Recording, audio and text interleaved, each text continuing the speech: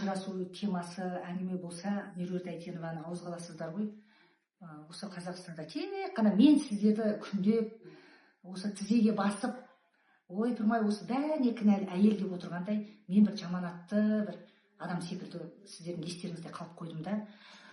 Енді қалай шырылдамаймын? Ажырасу әлемдік чемпионатқа қатысты.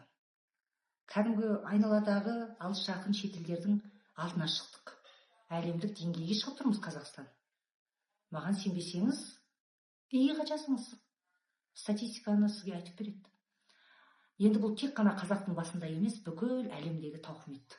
Соңғы 7-8 жылдың ішінде ажырасу деген бұлай емес, бұлай болды. Бүкіл әлемде солай болды.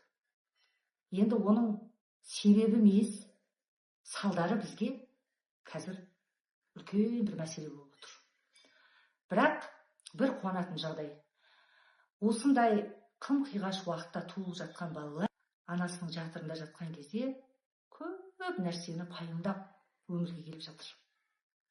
Қаншама балаларымыз әртүрлі тағдырмен туылып, аман-есен туылған балалардың өзі жасөспірімдер қылмысының өршіп тұрған нәтижесіне жетіп отыр. Ендігі туылып, дәл қазір туылып, бір 15-20 жылда жетілетін ұрпақ мүлдем басқа ұрпақ болады. Өйткені біздің руханиятымыз бастапқы өзіміздің құндылығымызға соған зар болатын күнге жетеді.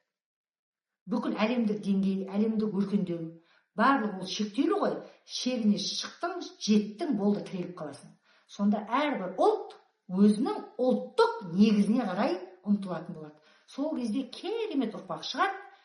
Дәл қазіргі біздің қайғымыздың барлығының орнын басатын, бастапқы қалпымызға алып келетін өте иманды, Құдай деген үлкенді сыйлайтын кішіпейіл ұрпақты біз